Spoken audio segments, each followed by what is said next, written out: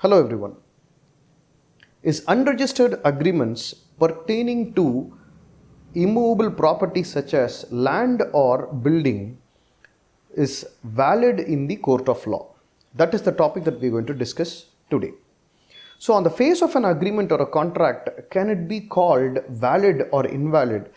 We cannot call an agreement valid or invalid in the court of law just by considering only one factor where the agreement was registered or unregistered. There are a few lifelines of an agreement which has to be considered. The first one is the consent of the parties. Whether the parties to the agreement have consented in a proper manner to the agreement. And the second one is there a proper consideration that has been transferred from one party to the other party. And the third one is lawful or a legal purpose or the motive or the intention of the agreement has to be emphasized and proved. And the fourth one is the competency of the parties. Is the parties involved in the agreement competent to enter into a contract or an agreement? And the fifth one is where the registration aspects come into picture.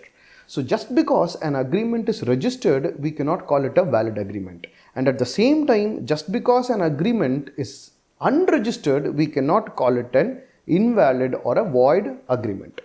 So these 4-5 aspects of an agreement or contract are called the lifelines of an agreement, which has to be properly established before we get into an agreement.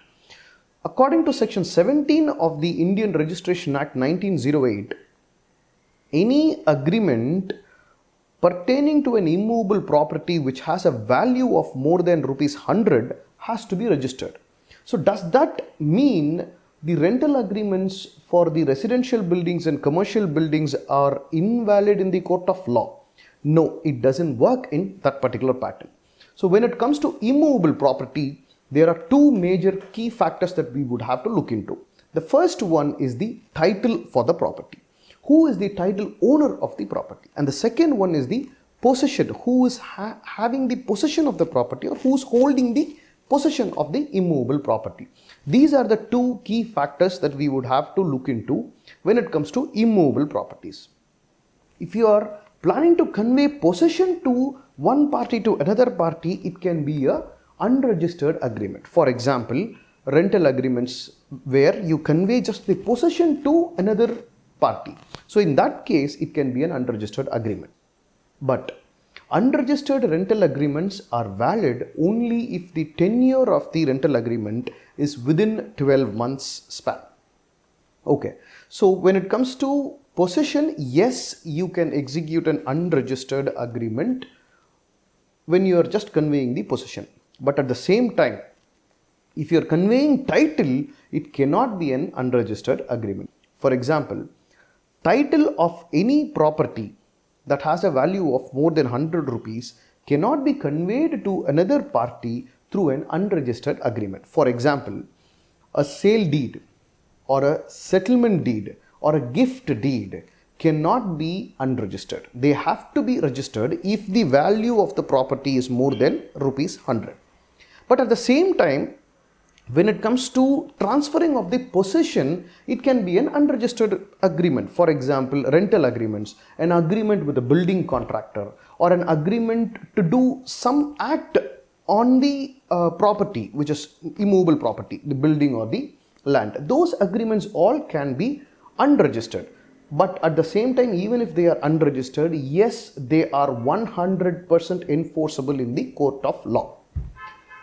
So on the face of an agreement, looking into whether the agreement is registered or unregistered, we cannot come to a conclusion that the agreement is valid and invalid. So we would have to look into whether the lifelines of an agreement have been fulfilled in the agreement or contract before we conclude on that part. When it comes to sale agreement, that is an exclusive part. According to section 17, which I already mentioned, any agreement pertaining to an immovable property worth more than 100 rupees has to be registered. But when it comes to sale agreement, here you do not convey the title to somebody else. You intend to convey the title to somebody else in a future date.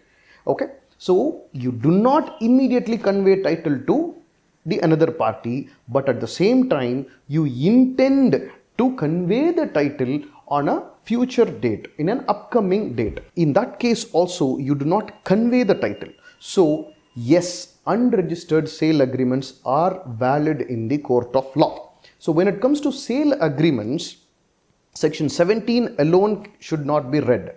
Section 49 of the Indian Registration Act 1908 also has to be read along with Section 17 to conclude. So Section 49 states, in terms of a sale agreement, the unregistered sale agreement can be accepted as an evidence in the court of law. Which means what? If it is accepted as an evidence in the court of law, yes, it can be enforceable in the court of law. So just by looking into the face of an agreement, we cannot conclude that the agreement is valid or invalid. All registered agreements are not valid. At the same time, all unregistered agreements are not invalid. So thank you everybody.